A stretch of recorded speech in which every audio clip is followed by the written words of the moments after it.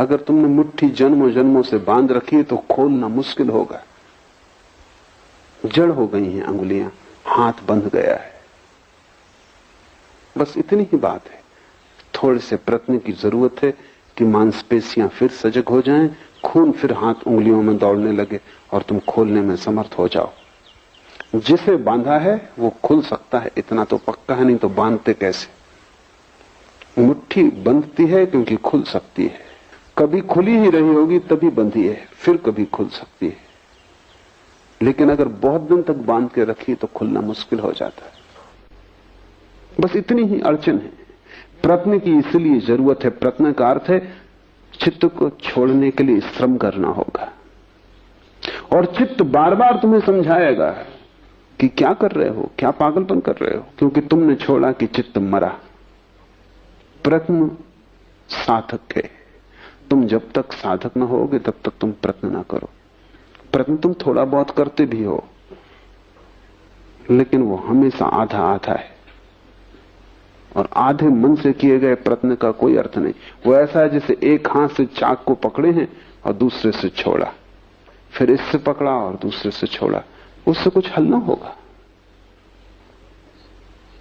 नहीं, आधे आधे से कोई प्रयोजन नहीं। एक व्यापारी अपनी पत्नी को सांझ कहा कि एक बड़ा ग्राहक आ रहा है, लाखों रुपए का सौदा होना है, तो मैं जाता हूं। ताजमहल में भोजन पर निमंत्रण दिया है।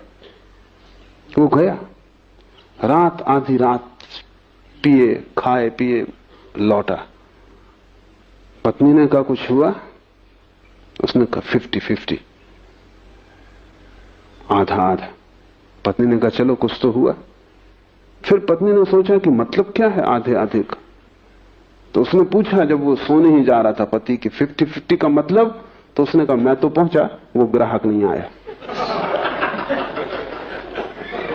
तुम जब भी आधे आधे हो बस ऐसा ही है, कुछ होगा नहीं, वो 50-50 है नहीं। और सब जगह तुम आधे आधे हो, पूरे तुम कहीं भी नहीं हो। जहां तुम पूरे हो जाते हो वहीं जीवन में क्रांति घटनी शुरू हो जाती। तब तुम उबलते हो, तब तुम 100 डिग्री पर वाष्पीभूत होते हो, तब पानी भाप बनता है। तब तुम नीचे की तरफ नहीं बहते जैसा पानी बहता है, तब तुम भाप की तरह ऊपर उठते हो। तब तुम्हारी दिशा अधोगामी नहीं रह जाती, ऊर्ध्वगामी हो जाती। प्रयत्न साधक है, तुम्हें आलस से छोड़ना पड़े। मेरे पास लोग आते हैं, वो कहते हैं कि सुबह का ध्यान जरा मुश्किल, 6 बजे आने में कठिनाई होती। तुम समझ ही नहीं रहे कि तुम क्या कह रहे हो। अगर तुम्हें 6 बजे उठने में कठिनाई हो रही है तो तुम्हें मन के बाहर जागने में तो भयंकर कष्ट होगा।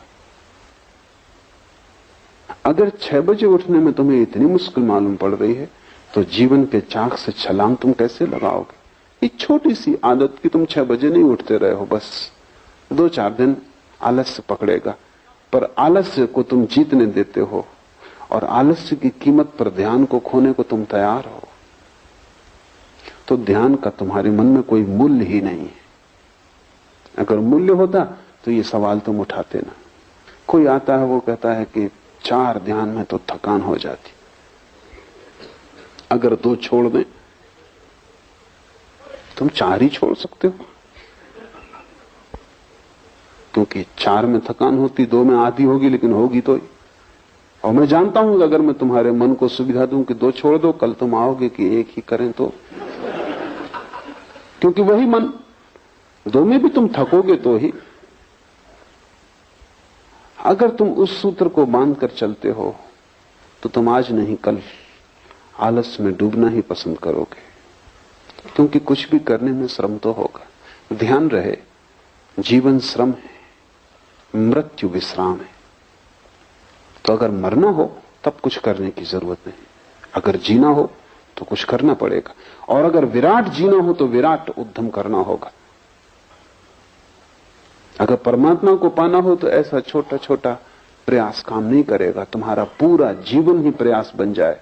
तुम रत्ती रत्ती दांव पर लगा दो अपने को, कुछ भी तुमने बचाया तो तुम चूक जाओगे। यहां पूरा ही दांव लगेगा तो ही तुम बच सकते हो। इसलिए थोड़े से लोग उपलब्ध हो पाते हैं, कोई कारण नहीं सिवाय आलस्य के। तुम ध्यान भी करते हो तो तुम ऐसे करते हो कहीं पैर में चोट ना लग जाए, कि कहीं किसी का धक्का ना लग जाए, कि ऐसा करें कि थक भी ना जाएं। तुम कर ही क्यों रहे हो? तुमसे कहा किसने? लेकिन तुम साफ भी नहीं हो, तुम ऐसे धुमलके में जीते हो जहां सब अंधेरा अंधेरा है। तुम्हें यह भी पक्का नहीं कि तुम यहां आ कैसे गए, कैसे चले आए। तुम कोई आ रहा था, तुम साथ आ गए, कि सोचा चलो देखें, कि चलो देखें दूसरे क्या कर रहे हैं। तुम ऐसे ही धक्के खा रहे हो, और ऐसा अनंत जन्मों से चल रहा है, लेकिन धक्कों से कोई मंजिल पर नहीं पहुंचता। मंजिल कोई संयोग नहीं है कि तुम किसी भी भांति पहुंच जाओगे। मंजिल एक गंतव्यपूर्ण यात्रा है। मंजिल एक दिशा की तरफ सारे जीवन की धारा को लेकर चलने का श्रम। मंजिल एक संकल्प है। संकल्प करते ही तुम्हारा मन एक धारा में आ जाता है, शक्ति इकट्ठी हो जाती, तो ऊर्जा तुम में महान है। तुम जितना सोचते हो कि इतनी कम शक्ति है कि इतने जल्दी थक जाओगे, वो तुम गलती में हो। मनुष्य के शरीर में शक्ति के ऊर्जा के 3 तल हैं। एक तल ऊपर का है जो रोजमर्रा काम के लिए,